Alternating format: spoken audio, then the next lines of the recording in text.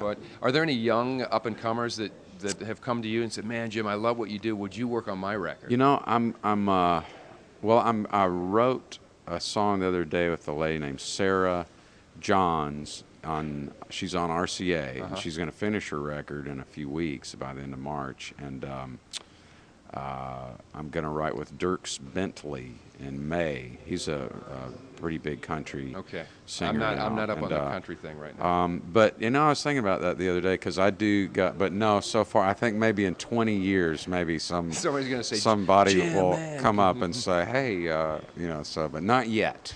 Now you've put out an extraordinary amount of material yourself. Your solo stuff. You've got like, I don't know, 15, yeah. But it took me a long time to get a deal, so I felt like I had a lot of catching up to do. But all the songs you've written, you had some hit records, George Strait and Patti Loveless, and et cetera, et cetera, et cetera.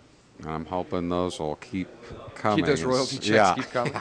That afford you the opportunity to go into the studio and say, hey, James, I got the studio time. That's right. That's how I funded my musical career. Have you found the internet as a good thing for your career? I think it has been, and they've drugged me kicking and screaming into the 21st century because I'm just learning.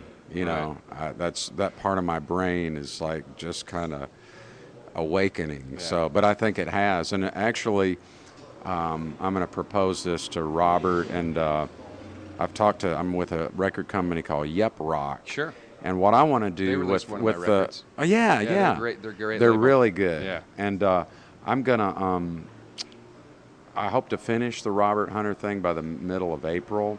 And what I want to do is immediately have it out on the internet and get hard copies to send to radio stations and have them also that you could buy off the internet. But as far as downloads, instead of the conventional way, it's all moving away from that. You know, we had a big meeting with a site that's just completely done away with any physical. Wow. They're just completely digital online, and they're ex-label guys from Atlantic Records. Oh, cool. You know, and their whole thing is this is the new paradigm. Mm-hmm. You know, the young kids today trade and buy, and so they all, you know, some people feel like music is secondary, that you're going to make your money touring and merchandising. And that music is just going to be point to point. Yeah. Like our generation still buys music. Right. It's a very important commodity for us. Yes. You know. Yeah. But they're so distracted with so much that they're going to look at music and just say, "Oh, send me that Jim Lauderdale track." Right. Maybe they'll go see it play and like, "Oh, I got his T-shirt," and you know. Yeah. Then maybe they'll say, "Well, now is all of his music online? Do I have to go buy it?" Right. I don't know. I know what it is really changing. It's really, there's so many different media outlets pulling for their attention. Mm-hmm. We just had movies and records. Right. You know, go make out in a movie after you listen to a record or vice versa. I know, but these days the kids make out in front of the computer. You know. That's right, computer to computer. That's right. Video eye chat. And then they put it on MySpace, and somebody. Do you have a MySpace page yet? I do. Yeah, and I it's do. really, how many fans do you have?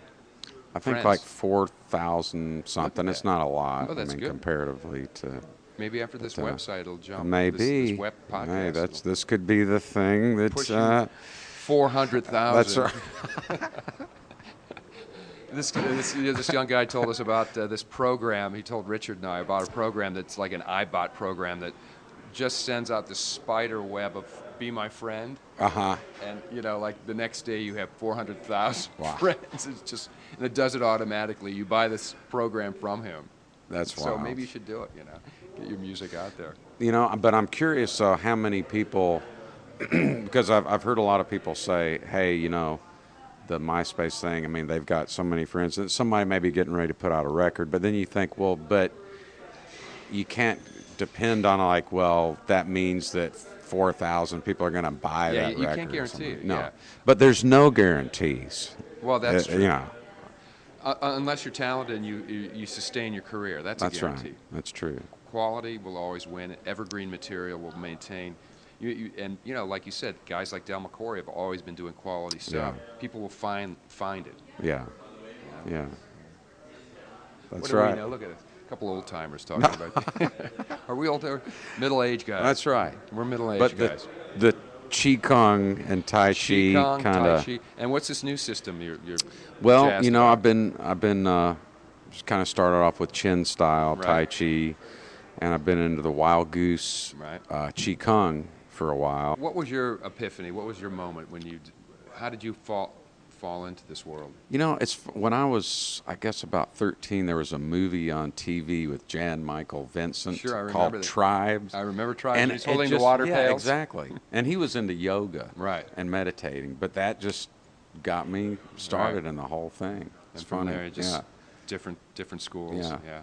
It's really fun. I think we're going to listen to a little music now. What do Okay. you think? That sounds And good. do you want to play something new, or do you want to play I'll something? do something off of, and I've got to send you this record. It's called Country Super Hits Volume 1. All right. And so I'll do something off of that. I wrote it with a guy named Odie Blackman. Okay. He's my co-producer on the record. Great. Jim, the song? It's called Cautious. Cautious.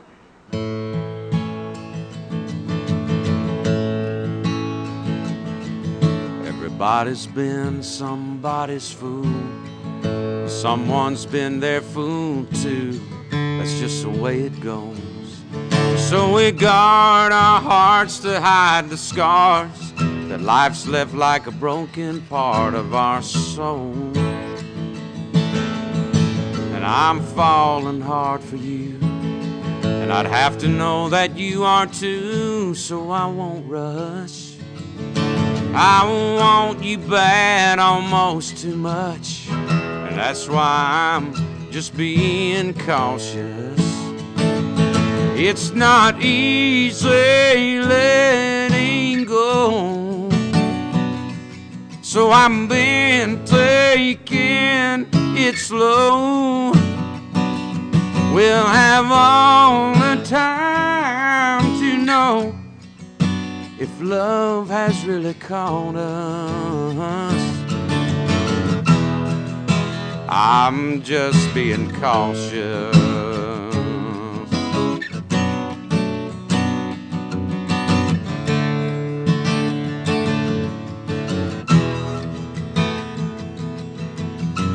I'll leave you with the last long kiss to keep like this without regret, but just a touch. Oh, what will be between you and me? I want your trust, so I'm just being cautious. It's not easy letting go, so I'm been taking it slow. We'll have all the time to know if love has really called us. It's not easy letting go, so I've been taking it slow. We'll have all the time to know if love has really called us. I'm just being cautious.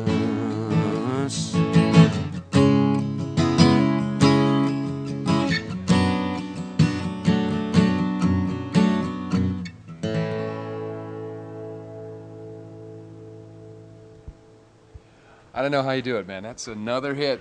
Thank That you. is fantastic. I'll be Thanks. very surprised if somebody in Nashville doesn't pick that I one hope up, so. man. That'd be great. George or somebody. That'd Do you- be good. That is a beautiful song. Thank man. you. That is Thanks. fantastic. Thank you. Wow. What else do we want to hear? Maybe speaking of George, how about a little bit of King of Broken Hearts? Okay. All right. This is a number one for George Strait. And when did this come out? 86 No, not till or 90s, early 90s. early Right. 90s. Yeah. You can see my memory's really, really I'm tuned with in you. there, I'm man. sat here.